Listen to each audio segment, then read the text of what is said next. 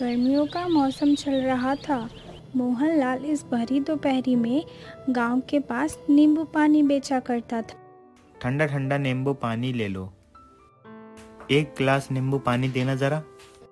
हाँ जी, ये लीजिए नींबू पानी। ये क्या पिला दिया? ये कैसा नींबू पानी है?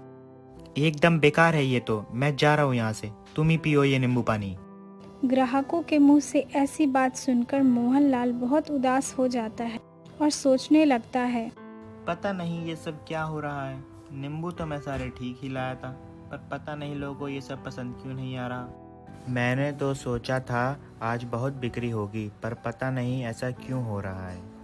ऐसे ही धीरे धीरे शाम हो जाती है। पूरा दिन भर में मोहनलाल की कमाई ना के बराबर ही हो पाती है। थक हार कर वो रात के समय घर की तरफ निकल पड़ता है। घर पहुंचने के बाद वो अपनी बीमार पत्नी आशा के पास जाकर बैठता है। अब तुम्हारी तबीयत कैसी है? और सोनू कहाँ गया है? कहीं दिखाई नहीं दे रहा। ठीक है, बस वो सोनू कुछ दवाइयाँ लेने बाहर गया है, आता ही होगा बस। अच्छा है। इस बार तो दवाइयाँ आ गई, पर पता नहीं अगली बार आ पाएगी या नहीं। ऐसा क्यों कह रहे हो? क्या हुआ आज? आज तो कुछ भी कमाई नहीं हो पाई। ग्राहक भी ऐसे ही नाराज होकर चले गए। पता नहीं अब काम कैसे हो पाएगा। आशा और मोहनलाल बात करने लगते हैं। तभी सोनू दवाइयाँ लेकर घर आ जाता है। पिताजी, ये लीजिए माँ की दवाइयाँ। सोनू, सारी दवाइयाँ ले आए ना? हाँ पिताजी। पिताजी, मुझे बहुत भूख लग रही है। रुको बेटा, अभी खाना बनाता हूँ। कुछ देर बाद मोहनलाल खाना बना के सोनू को खिलाने लगता है। सोनू बेटा, खाना खा के अपनी माँ को दवाइयाँ दे आना। ठीक है पिताजी। खाना खाने के बाद सोनू आशा को दवाई देने चला जाता है। माँ, ये लो दवाइयाँ खा लो। आशा दवाइयाँ खा लेती है और सोनू को सो जाने के लिए कहती है। सब सो जाते हैं और अगले दिन सुबह सुबह मोहनलाल नींबू पानी बेचने निकल जाता है। वो आधा रास्ते तक पहुंचता है तो वो सुनता है कि लोग नींबू का भाव बढ़ जाने की बात कर रहे हैं। क्या नींबू के भाव बढ़ गए? अब क्या होगा? मेरे पास तो बस यही गिने चुने नींबू बचे हैं। सोचते सोचते मोहनलाल आगे बढ़ते हैं और एक पेड़ के नीचे जाकर रुक जाता है। धीरे धीरे समय बीतता है।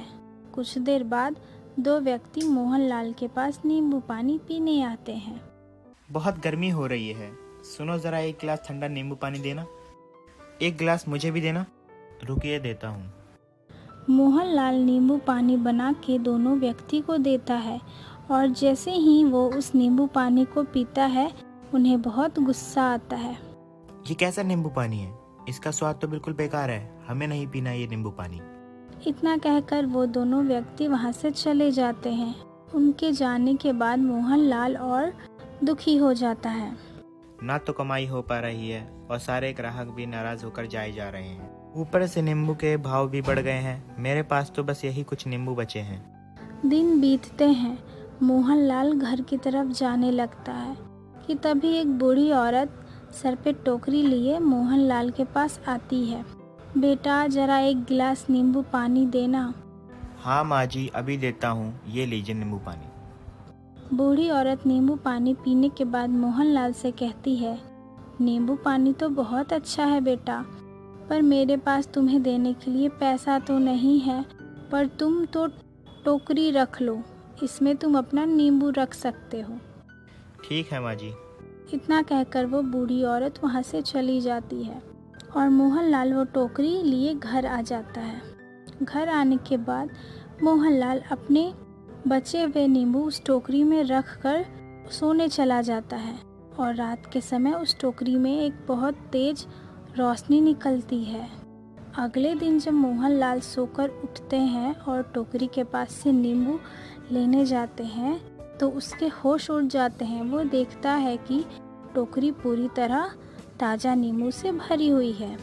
इतने सारे ताज़ा नींबू देखकर वो बहुत खुश हो जाता है कि तभी उसके पास उसका बेटा सोनू आता है।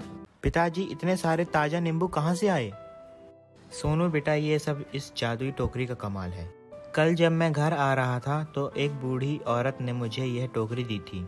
ये सारे ताजे और खट्टे नींबू इसी टोकरी में से निकले हैं। मैं अभी ये खट्टे नींबू लेकर नींबू पानी बेचने जाता हूँ।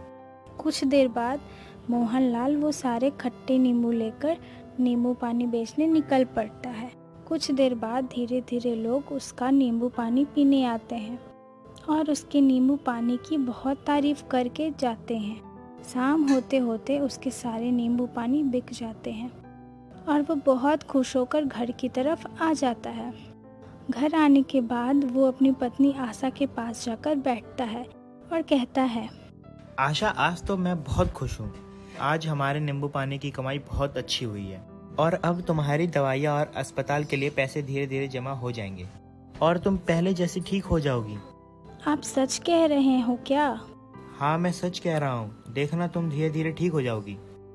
और ऐसा ही कुछ दिन बीत जाते हैं। मोहनलाल की उन जादुई खट्टे नींबू से अच्छी कमाई हो जाती है। उसकी पत्नी आशा की तबीयत भी अब ठीक हो जाती है और दोनों साथ मिलकर नींबू पानी बेचने का काम में लग जाते हैं और सुखी से अपना जीवन व्यतीत करने लगते हैं।